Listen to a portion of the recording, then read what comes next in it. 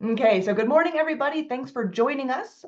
We're going to jump right in today because we've got to tie up the colloquium a little bit early. So I am delighted to introduce Xavier Dumusque, who will be talking to us on how to reach 10 centimeter second level precisions in RVs. Xavier, take it away.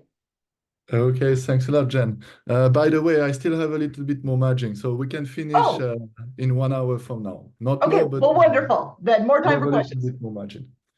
Okay, good. So thanks a lot, first of all, Jen and the ECIN, EPRV people for inviting me. And today I would like to give, well, this is my personal view, basically, on how to be able to reach those 10 centimeter per second level. Okay, I don't have the solution, but I have some ideas on where to go. And this is what I would like to present you today. So first of all, I will not go through the big picture. I think all the people attending these meetings are quite aware of the problem. But clearly, yeah, the main problem we have is the stars that we are looking at for doing radial velocity work are not super quiet at the meter per second level. They all have like plenty of features that appears on the stellar surface that are features with velocity effect. And when we measure indirectly exoplanet orbiting around stars, basically we are seeing this effect that are orders of magnitude larger than the signal of an Earth, which is a little bit the goal that we want to reach, being 10 centimeter per second, 10 centimeter per second.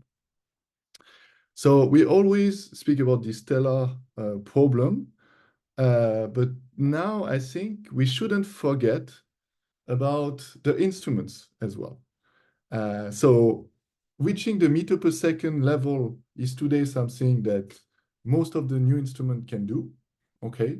But below the meter per second level, we still do not have a lot of data and a lot of like years of like observation of this instrument to really be able to know to which level they are precise. So on the paper, some of them are precise down to 20 centimeters per second, even 10 centimeters per second, some people are saying, but we don't really know that, right? Because being showing on a few nights on calibration is something, showing it on a few years on stellar observation is something else. Okay, so we should keep this in mind, I think. Okay. So, okay, this is the big problem when we would want to find a signal like the Earth, which is 20 centimeters per second peak to peak. We observe a star like the Sun, and we see more 10 meters per second. So there is 1 to 2 orders of magnitude difference between the two. And so we really need to understand all what is happening at the stellar level if we want to find an Earth-like planet. So it's a very challenging problem because we speak about 2 orders of magnitude in the noise, basically. So for that, we need a lot of data. And so we need data, not only a lot of data, but also data that we understand.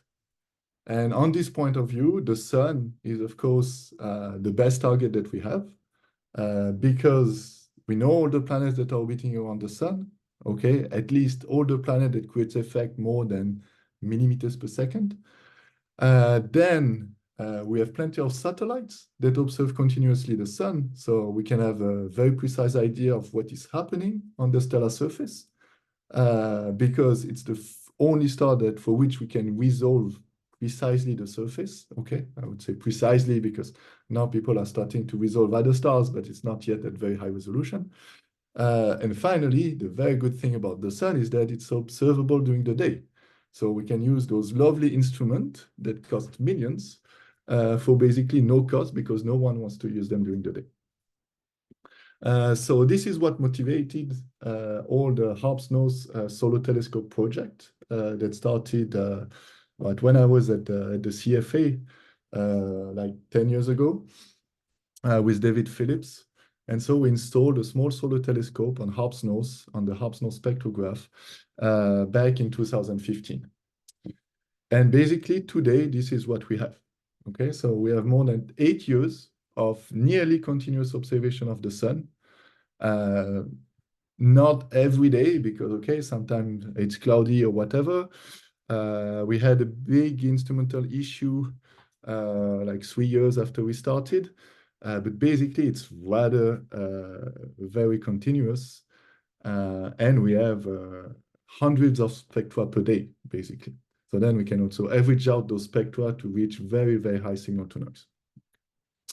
So I know that a lot of people probably will ask me at the end of the talk, when do you publish this data? It's really in the process. I was really busy with plenty of things, but the data should really be soon available, and I will publish them until the end of last year so that all the community can benefit from this. Okay, and so what is really interesting is that we don't have now just one solar telescope, but there is plenty of solar telescope that started in operation a few years ago. So basically now every high resolution, high precision spectrograph comes with a solar telescope. So it's very interesting because then we can start to compare what different solar telescopes are looking at. And for example, there was a nice paper from Lili Zhao that came out last year, comparing the data from HARPS North, HARPS, NUID, and Espress, and showing that basically we can reach precision down to 50 centimeter per second with different instruments. So I think it's very positive. And this was only done for months of observation, but now the idea would be to do this on much longer timescale to see really the systematics that we have on long timescale. Okay, so now I think we really start to have proper data to be able to tackle the problem. Okay, so now what we have to think about is really how do we tackle this problem, basically. And on this side, we really have to go back a little bit to the physics of stars, stellar atmospheres, and really try to understand where the signal that is perturbing the radial velocity signal is coming from. So there was a very nice analysis done by the EPRV working group back in 2021 that really investigated all the different aspects of really reaching this 10 centimeter per second. And there was one package about all the stellar signals. And this is just the summary of what came out. But the main effect in terms of stellar signal is really the things that are related to magnetic fields. So magnetic field on the long-term activity cycle, but also on the short-term, the rotational time scale with facula, with spots. There is also granulation, but I will not go into the details here. But this is also something that we should tackle at one point. So the effect from spots and facula, basically there is two main effects. The first one is a flux effect. So an active region don't have the same contrast as the quiet sun. So basically with rotation, because the disk is rotating, you will mask or you will change the contrast of a blue shifted region and then a red shifted one. So this creates an anomaly in the stellar line shape, and in the end creates a radial velocity effect. What? A line asymmetry that is interpreted as a radial velocity shift. But this effect, in fact, for a star like the sun, is not the dominant effect. This effect is an order of magnitude smaller than the effect due to convection of the star. So if we think about convection, first of all, what we have to understand is how spectral lines are affected by the convection. Okay. So if we think about just here a small schematic of the star, where we can see the photosphere, where the photons that we get from Earth are coming from. Okay. We know from stellar physics that weak absorption lines are created deep into the photosphere, while the core of strong absorption lines are formed closer to the surface, okay, closer to us.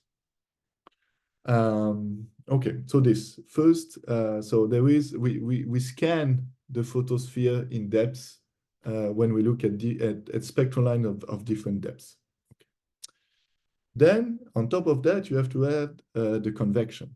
Okay, so this is a nice picture made at very high spatial resolution of the sun, where we see all those granules that are basically the convective cells that are coming up to the top of the photosphere.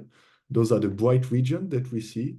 And around them, we see what we call intergranular lane, those dark lanes surrounding the granules, which is where the flow goes back into the star. So the convective cells going up, they are bright, okay, because the flux is what the plasma is hot, so it emits more light basically, and then it cools down, sinks back into the star, and because it's cooler, it emits less light. So what we are really sensitive on an image like this, when we look at it in radial velocity, we only see the uprising cells of the convection. So we see a net blue shift of the stellar photosphere. And what we know as well is that the convection is not something, the velocity of the convection is not constant within the photosphere. We know that there is a gradient. Okay, so the velocity is more important deep into the photosphere than at the top of the photosphere. So if we look at spectral lines, basically, the small blue vectors here, this is what we have. So the core of strong lines is not affected by convective blue shift, basically, because the velocity of convection at the top of the photosphere is very low, while closer to the continuum of the star, there the velocity of the convection is strong, and then lines at this location are strongly blue shifted. So this gives ways to what we call the C shape of the spectral lines on stars like the sun. And here, this was a nice analysis made by Denis Dravins rather a long time ago already. But basically, it took plenty of titanium lines that we see on the sun at this center, and then plot the bisectors. And we see that all the lines basically all have the same bisector. So they are all basically probing this velocity of the convection that is changing from deep into the photosphere towards the top of it. This is another way of seeing it as well. This is a result by Ansgar Reiners, but it was done already before, where basically you measure what is the blue shift of the core of the lines. So with respect to what you measure the wavelengths, and you measure what is the shift relative to the wavelengths in the laboratory, or what the atomic physics tell you. And you see in this case that the core of deep lines is not blue shifted, while the core of shallow lines is strongly blue shifted. So this is also a way of measuring how this convective blue shift change with depth into the photosphere. Okay, so this is normally what we see on a star where there is no activity. And this is not changing, or not significantly changing normally. But now if we put an active region in it, spots or plage, there is a strong magnetic field. And this magnetic field has the tendency to suppress locally the convection. So in this case, basically, at the position of an active region, the convection will be completely changed. And we go from a situation like this, okay, to a situation where the convection is strongly inhibited. And because the core of strong line don't have any convective blue shift, you put a spot, it doesn't change anything. While shallow, weak absorption lines, or what the wings of all the lines that are close to the continuum, in their case, they will be strongly affected. So if we would be able to measure the velocity for different shell in depth in the photosphere of a star, we should be able to measure differences in velocity. Okay. So this is what my PhD student Khaled Anmoula did in a paper he published in last year. What he did is that he used SME to know basically the temperature of formation of each spectral point in a spectrum. So it's the average formation temperature because it's statistics, okay? But basically, on this image, you can see that, okay, the continuum is formed very deep into the star, okay? This is what we know. And the more you go to strong line, to the core of strong lines, the more you probe regions that are cooler, so at the top of the photosphere. And then what you can do is, so you can select region of the spectrum at different temperature and measure the velocity on each of those regions. And this is what he did.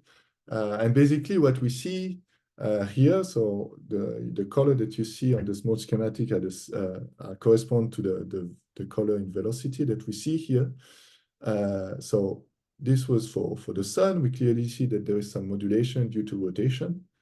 Basically, what we see is that the red shell, this is where the velocity are the most, where we see the most the rotation signal.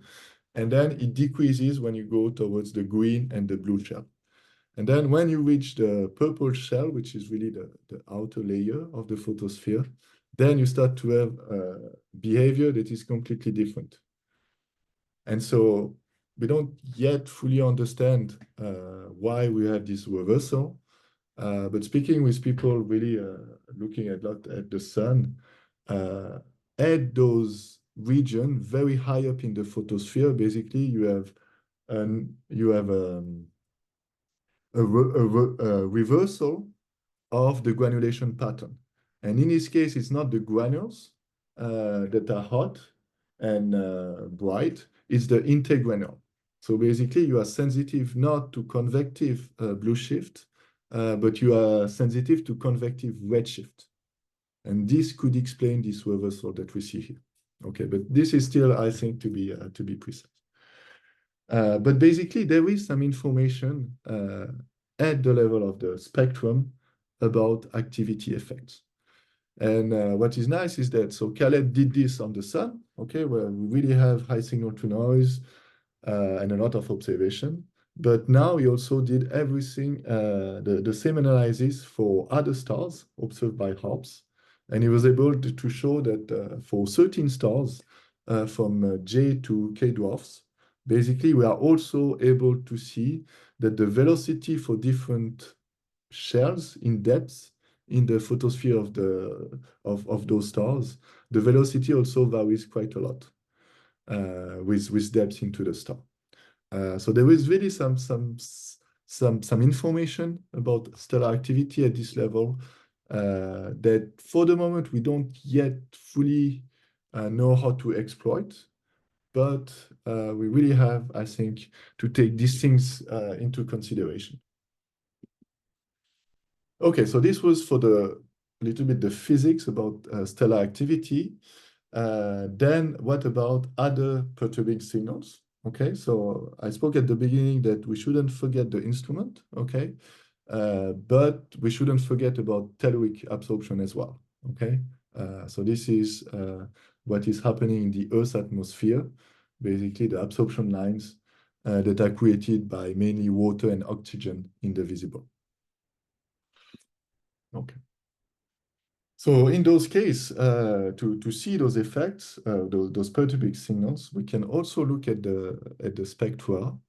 And what we can look is spectral time series. Okay. So here on top, you have several spectra of the sun with different colors. So you have a black one and you have other colors. You can see some small differences, green, yellow on the top, highlighted by the red bars here. This is clearly some change in the tellurics, okay? And what we see below is basically is just all those spectra seen from the top, I would say. And then like each row in the bottom plot here is a spectrum, okay? So we just plot the spectrum on top of each other like this. And of course, the first thing that you see is all the stellar lines, not surprising. But then if you remove the mean of all those spectra, this is what you get, okay? And so in this residual map, then you start to see plenty of signal. So the strongest signal that you see is telluric lines, okay? But then you also see that some stellar lines, so stellar lines are vertical, completely vertical in this plot. You see that some columns change with time in intensity, and this is some stellar lines that are sensitive to activity, okay? And in the bottom part here, we can see this is for Hubble observation. We can see an interference pattern that was due to the way we were doing the calibration at the beginning. So in those maps, there is a lot of information. Okay. So here is just a zoom in on just on one spectral line. And if we just measure the velocity on this specific line. So here, the red dashed line is the position of a line. And the diagonal feature that we see are tellurics, because of course the tellurics don't move with respect to the observer, but the star moves in birth due to the birth, due to Earth rotating around the sun. So if we are back in the stellar west frame where stellar lines don't move, we see the tellurics lines that go in diagonal like that.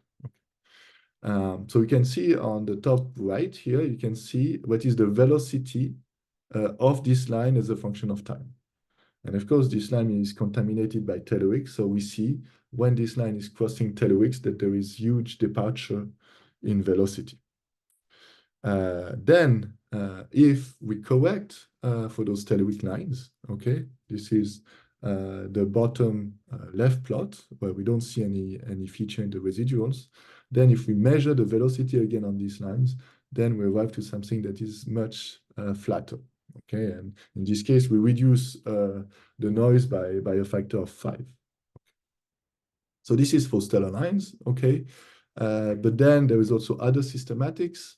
So on the Harps, we had a systematic that was used to detect stitching, okay? And if a stellar line was crossing one of these stitching regions that appear every 512 pixels on the detector, we were seeing also a huge effect in terms of velocity. So we can also correct for this effect. If you see it, you can correct for it. And this is also the contamination due to ghosts. Okay, so on your detector, you have the spectral orders, but then you also have a secondary reflection on your grating that creates some ghosts that are basically the same image as the orders, but often they are tilted and they cross at some points your spectrum. And when they cross, they of course induce some contamination. Okay. So okay, I showed you that we can detect those signals, both instrumental tellurics, but also stellar signals. Okay, but now basically, what is the best technique to correct for that? Okay. So I would say that there is different level. So you could say, okay, we could probably correct them at the level of the radial velocity time series and a few other proxies, the normal one that we use, I don't know, the full width of the cross correlation, the bisector span, and so on. Or we could correct for those effects at the cross correlation function, okay? Or we could directly correct them at the spectrum. So basically, for telluric and instrumental signal, it's very difficult to do things at the level of the radial velocity time series.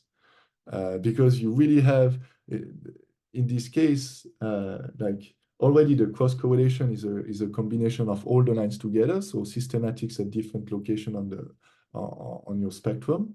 And then the time series, the radial velocity is just one moment of the CCF. So you really have no information at this level. Cross correlation function, you have a little bit more information, but still, if you have something that is localized in your spectrum, doing the cross correlation, you will average this localized feature with all the other lines in your spectrum. And basically what you do in the end is that you average out this effect and you don't really see it at the end.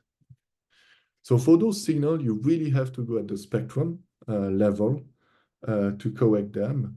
And I think that any team that is working with a high resolution, high precision spectrograph should investigate a technique like Michael developed, this YAHA technique. But basically, the idea is, okay, you go in the spectral time series domain, and then there you see if you have systematics data left.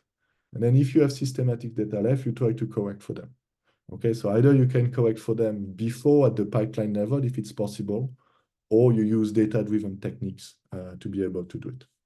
So this is, for example, in the case of, this is tau ceti, I think, the Hobbs tau ceti data. This is before correction, and this is after correction, basically. So most of the signal that you see there is removed.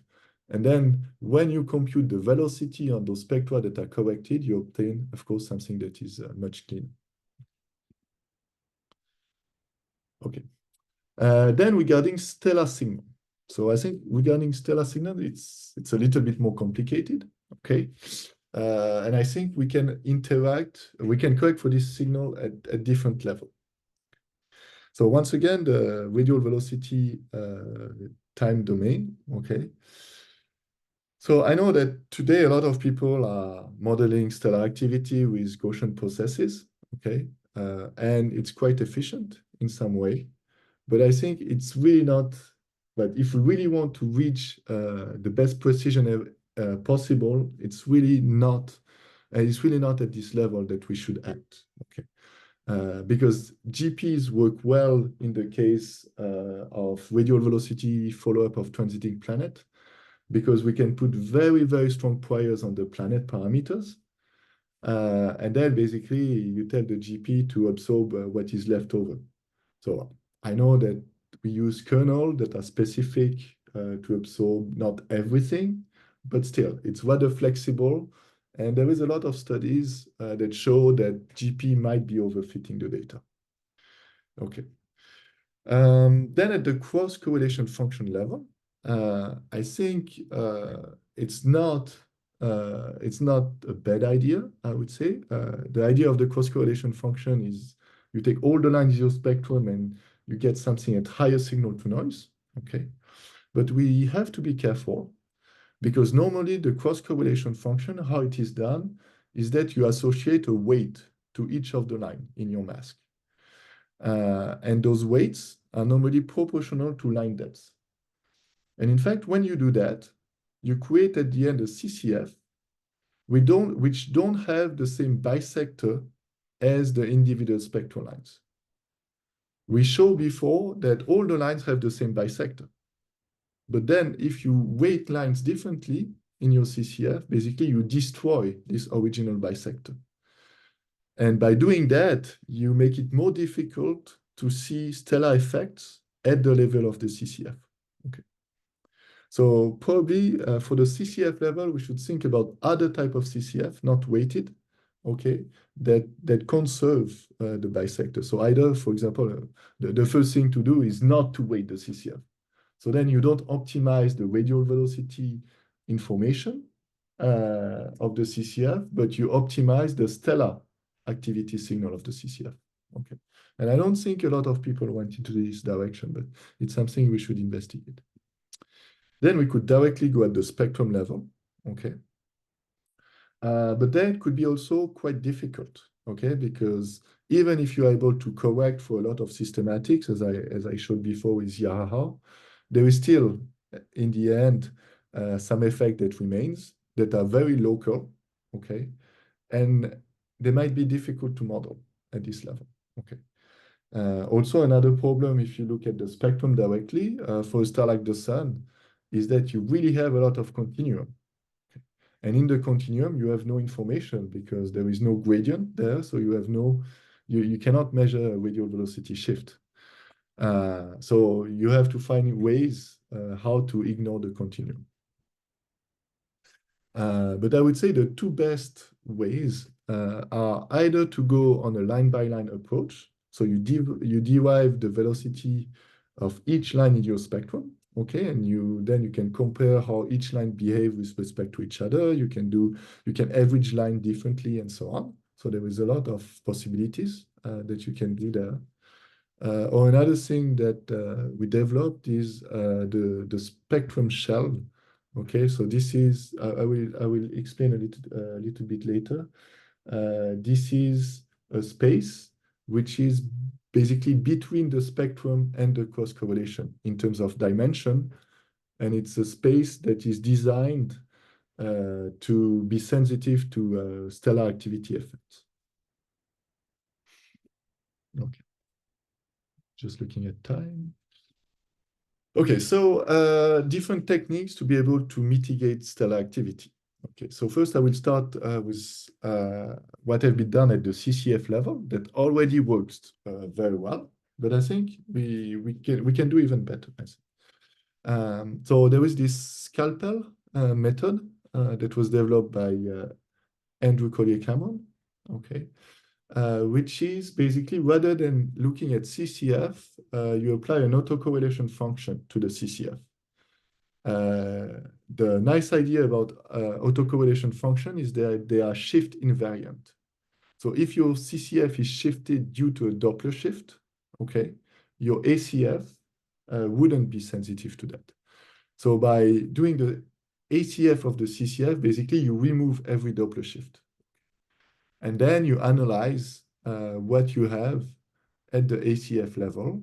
And basically what you see there is only line asymmetry. Okay. And so what they do is that they study the ACF time series using principal component analysis. Okay. And then basically they can derive principal component that are sensitive to activity. And then what is orthogonal to those principal components is what is sensitive to radial velocity Doppler shift. Okay. So then in the end, you are able to separate the signal from activity from the signal from the Doppler shift. So this is all in theory. We know that there is a part of the activity that is seen as a Doppler shift. And I suppose this is because we have instruments that have a limited resolution, okay? We are at 100,000, which is already very high, but like stellar activity signals are very weak signals, and therefore I think at one point 100,000 is not enough to resolve them. So it's why some part of the activity goes into radial velocity Doppler shift. But with this technique, Andrew is able to show that we can reach a signal, we can detect a signal of 40 centimeters per second on the Hubble solar data, and this at long period. So basically, we should be able to detect a planet that is 4 times the mass of the Earth in the habitable zone. So I think it's already something that is very, very optimistic on this side.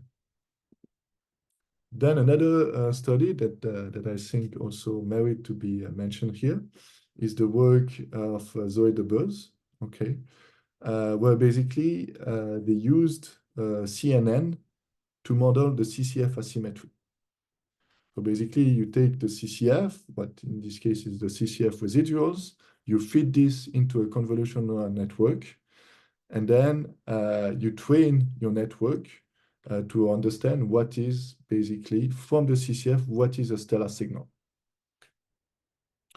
And then you inject in those CCF residuals, you inject a planet, you feed this through your network, and you see what type of planet you are able to recover. And in this case, they arrive more or less to the same threshold as in the scalpel case, which is 40 centimeters per second at 1 year in the Hubble solar data. So this was for the technique working at the CCF level. Now I will show you a technique that works at the spectral shell level. Okay, so I will try to define what is a spectral shell. So this was published by Michael Crétinier back in 2022. But here you can see on the left, okay, on the top plot, okay, the top, what you see at the top, a spectrum of the star. And basically the shell, which we can see in the bottom, the axis is in Y, you have just the flux of your spectrum, and in X, you have the gradient of it. So a stellar line in this space will do like a loop. So shallow spectral line will do a small loops that don't go deep, okay? And strong lines will make a loop that is much deeper. And so in this space, because the y-axis is basically just the flux of the spectrum, in this space, you don't modify the bisector of the lines. So, okay, so this is for the shape that we see. And then on top of this, we have color. Okay. And what is the color? The color is just you take two spectra, okay, and you just make the difference in flux. And basically, this is what is recorded as the color. It's just the difference in flux between one spectrum and normally what we use a master spectrum. So the difference between one spectrum and a master. And this is the color. And so in this space, a Doppler shift is just a gradient in the x direction. So it's very easy to know what is a Doppler shift in this space. And what we can do is that we can do the spectral shell of a spectrum, okay? Remove this Doppler component because it's just a gradient that we can fit. And then we are left with residuals. And the residuals that we see here, we start to see that there is asymmetries in those residuals. And those are really asymmetries due to stellar activity. Okay. So what is important, I think, about this space is that, okay, it's not, there is not as much information as in a spectrum, okay? But there is more information than a CCF. And we also conserve the bisector of the line. Okay, so this is a space that should be sensitive more to stellar activity. And so what my postdoc, Yinan, did is something similar to what Zoe showed, but rather than having as input CCF residuals, he had as input shell residuals after removing Doppler shift. And then he went through a convolutional network and then predicted the velocity, but also the full width and the bisector span that we can measure with a CCF. Okay. And so here are the results, okay? So you have three columns here. The three columns are for velocity, full width, and the bisector span.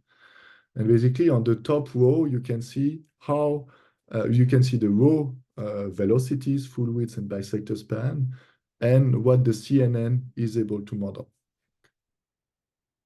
The third row, you can see the residuals after removing the model.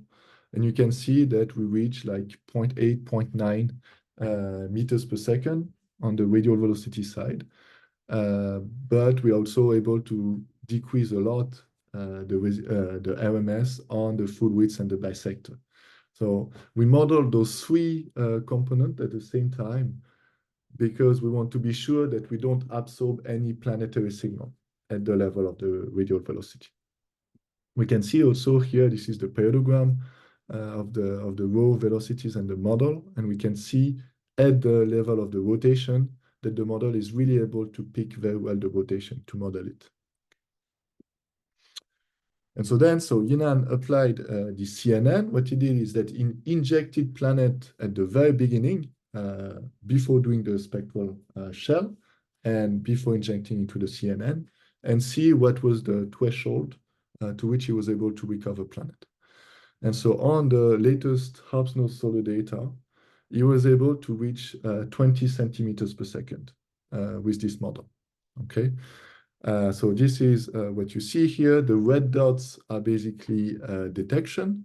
And what we estimate being a detection is a peak in a parallelogram that has a Fast-Alarm probability of more than 0.1%, okay, which is already quite significant. So this is a work that Yinan is currently publishing. And so what is nice about this model is that it works very well for the sun. We can reach those 20 centimeters per second, but it works as well for other stars. So we are not able to reach as low thresholds because we don't have as many data, okay? But you can show on Alpha Centi and on Tau Ceti that basically we are close to 50 to 60 centimeters per second in terms of detection. So I think this is the first time we're able to reach solo detection thresholds on those stars. Okay, still 5 minutes. Okay, then, so this was, I would say, on one side, doing it at the spectral shell level, or the CCF before, with different techniques. There is another technique I think that is promising and should be investigated more in the future, is how to work with line-by-line radial velocities. Okay. So when you do line-by-line velocities, for each spectral line in your spectrum, you have a velocity time series. And then you can see, you can compare them and so on. This is a work done by Michael. And also there is another work for the spiral spectrograph that is done by Elkim. That use basically, what they do is that they do principal component analysis on the line-by-line velocities. And one thing that is nice about PCA is that the first thing that PCA does before doing anything is to remove the common behavior of all the input of the data. So the input is the radial velocity time series. So if there is something common to all those radial velocity time series, the PCA will remove it. And what is common to all the spectral lines? It's not the signal from stellar activity, but it's the signal from planets, okay? Because a planet, a Doppler shift, will have the same effect on all the spectral lines. So when you do a PCA, basically, the first thing you remove is the effect from planetary signal. Okay. And then basically you have your principal component. You have some time series for those principal component, and then you can model your velocities with a linear combination of all these principal components. And so when you do that, this is what you get. So this is an analysis of HD 192310, okay, which is a star that have been observed quite a lot with HARPS, where there is several planets. And this is an analysis if you take just the data coming out from the HARPS pipeline. So we see that there is two strong features at the beginning, okay? And then we start to see that there is a lot of features, but they are more or less there is really a lot of features that are at the level of not the noise. It's a little bit significant, but it's not clear signatures. Then if you do line-by-line PCA, so you remove the principal component that you find from the velocities, this is what you get in the end, okay? You only have basically two planets in that case. And you see the parallelogram are much, much cleaner. And so by doing this PCA, you are able to remove a lot of systematics that are encoded in the line-by-line velocities. Okay. I'm sorry, I'll just switch on the light because it starts to be dark here.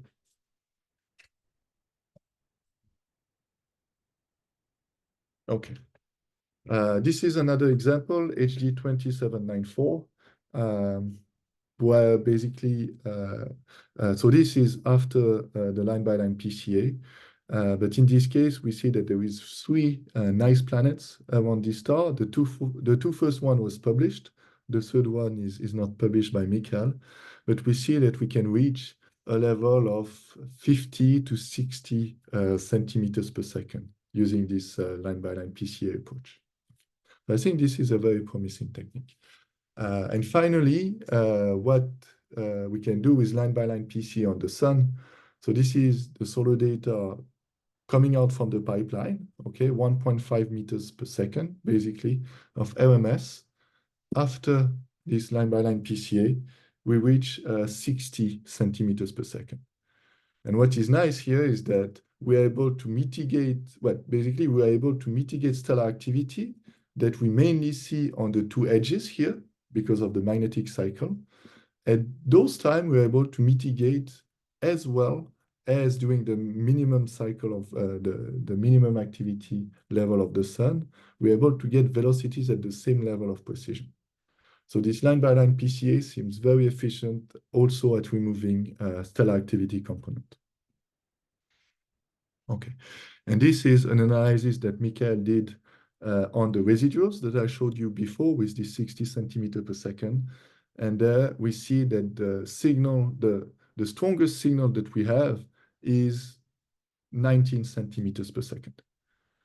So, okay, so we know that there shouldn't be any signal here because it's the sun. We removed all the planets.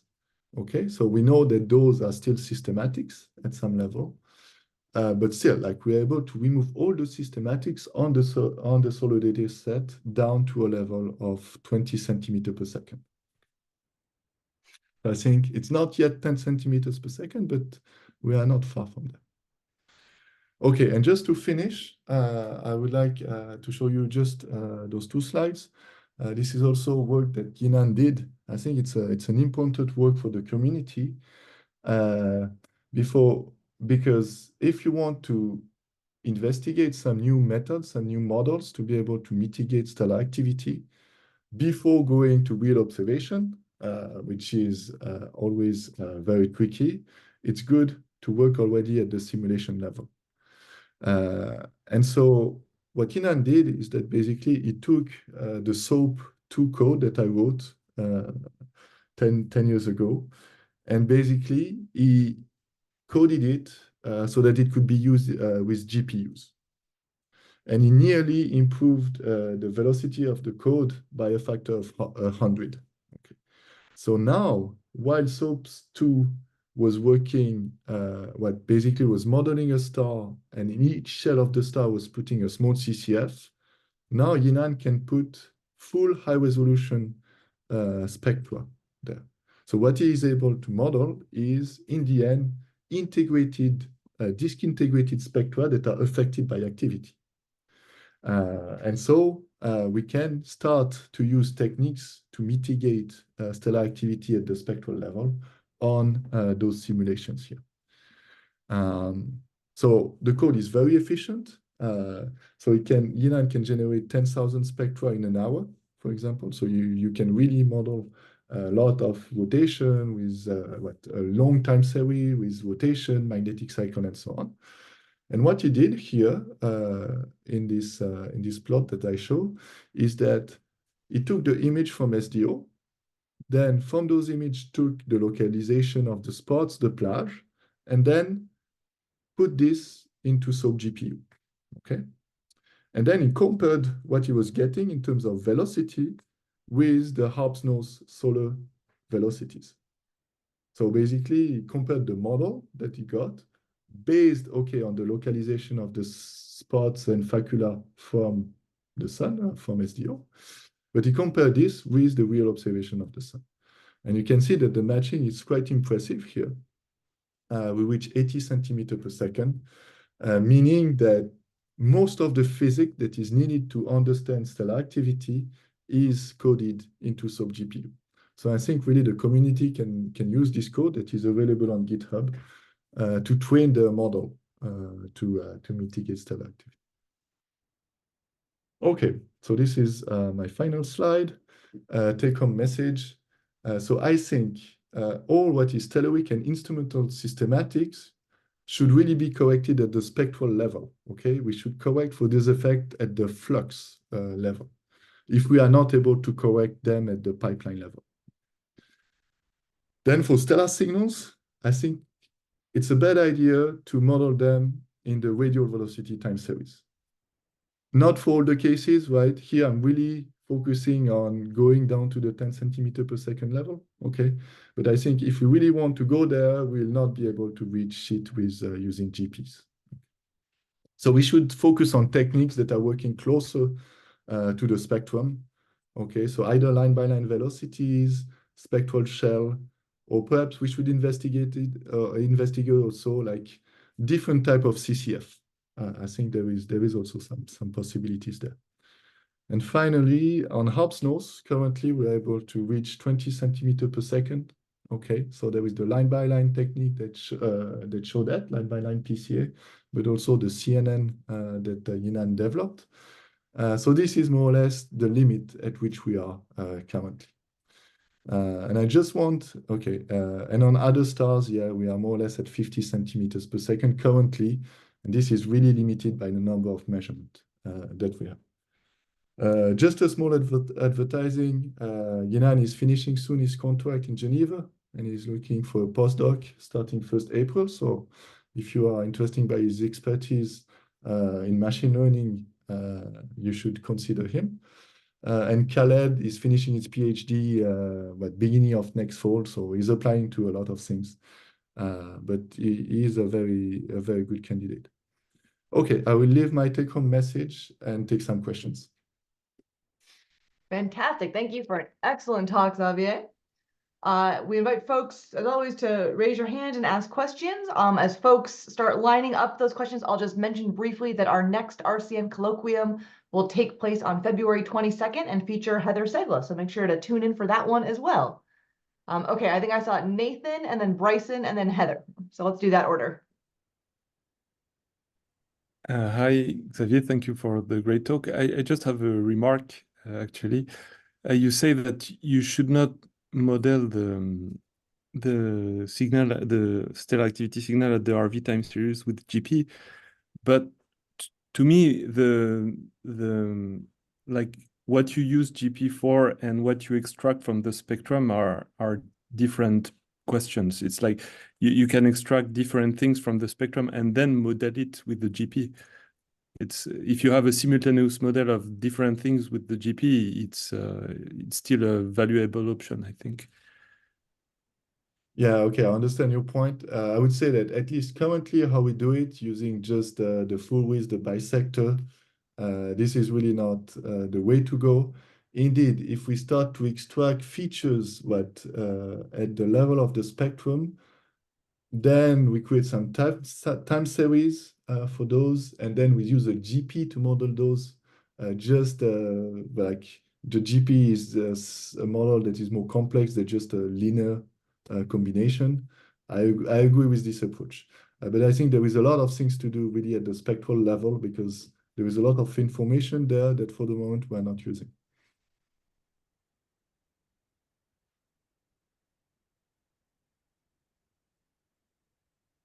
Okay, Bryson, go right ahead.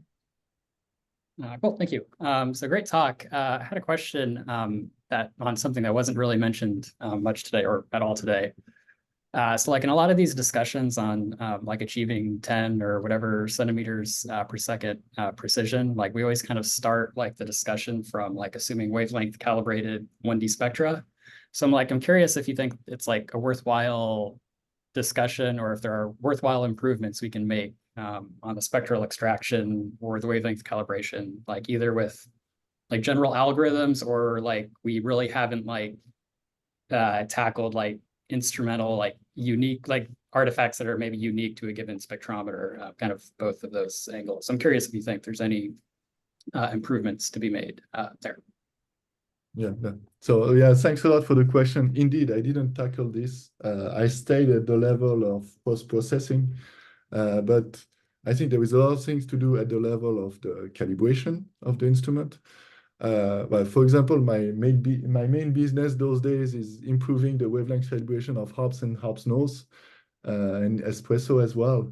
And like if you do things like we already improved by like 20 to 30% the precision just by having different algorithms to do it. So those are based on thorium lines. So this is really quite difficult. And there is still some optimization to do. Nowadays, most of people are using laser frequency comb. I think although people are using laser frequency comb as a black box, at least on our side, on the ISO instrument, on espresso and on harps, we have also laser frequency comb, and we see very strange behaviors where some spectral lines, you just take one spectral line and you can see that with time it varies by 2 meters per second, and while it shouldn't. Just because the background of the LFC changed and the PSF change of the lines and so on. So I think we still have a lot of improvement, but a lot of things to learn about the LFCs, how to operate them, and also how to extract at best the signal. And one thing that is not done currently is what we extract the spectrum without fitting the PSF of the instrument. And of course, we know that the PSF is not perfect. So I think at the level of extraction already, we can make some improvement there. But yeah, sorry, it's I could discuss 1 hour about that, but no, thanks for the question, Bryson. Colloquium you. round 2 from Xavier in the future. Okay, Heather and then Eric. Thanks for the talk, Xavier. Can you go back 1 slide, please? Yes. Sorry. This one? Yeah, I was wondering if it was just my eye or if there appears to be like a bit of a phase shift for the match between the sub GPU and the HARP solar data, but only on the data that is like the most recent? Or do you think that there's anything in that? Yeah. But really for the last peaks of rotation, we see that it seems to be that there is a small offset there. Yes. I was wondering if Probably. you had any idea why that might be, or if it was real or not. Yeah, to be honest, I don't know. Okay, no worries. Super cool though. It's something to investigate. Okay, Eric, go right ahead. 2 questions. On the solar HARPS North observations getting down to 0.6 or so meters per second after your line-by-line PCA, what time scale are those observations for? Is that 15-minute, 1 day? What is that? Okay, so here the data are beamed per day. Per day, okay. So then, go ahead. No, go.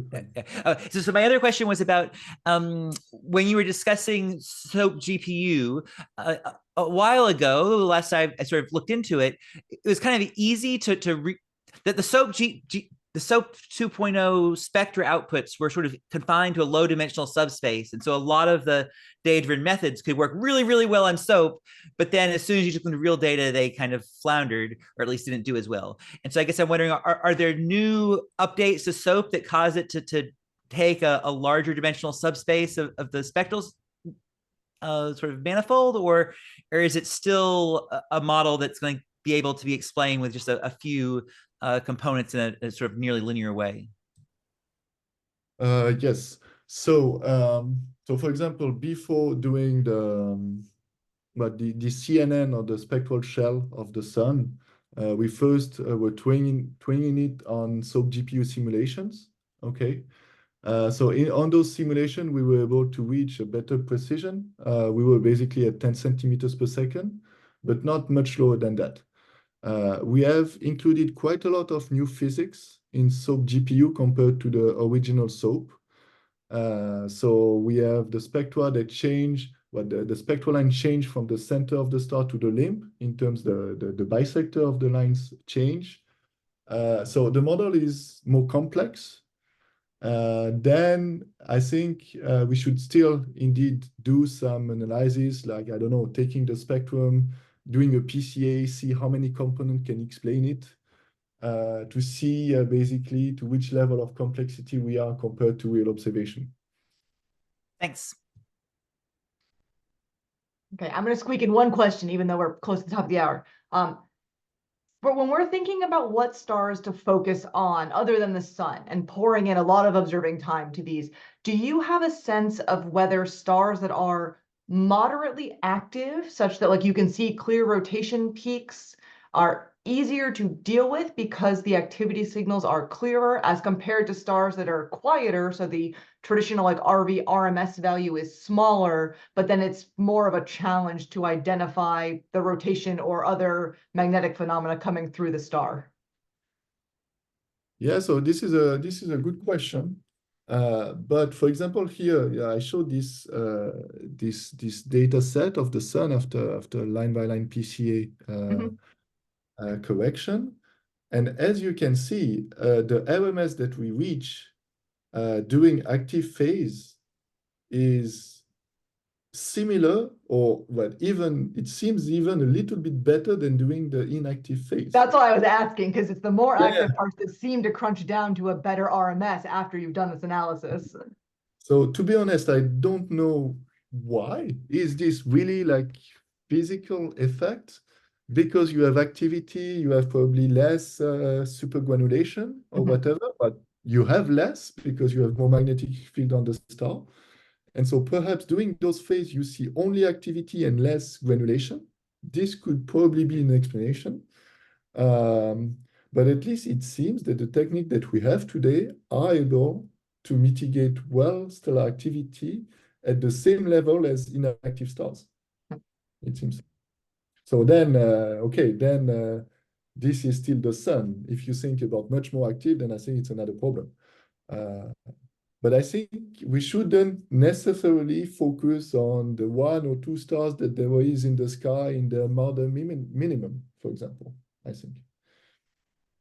Excellent. Okay, we're just over the top of the hour. Thank you so much for a wonderful talk, Xavier. Thank you everybody for tuning in. And I hope to see all of you back here February 22nd for Heather's talk. Have a great rest of your day and your week, everybody. Thanks a lot, everyone. Bye.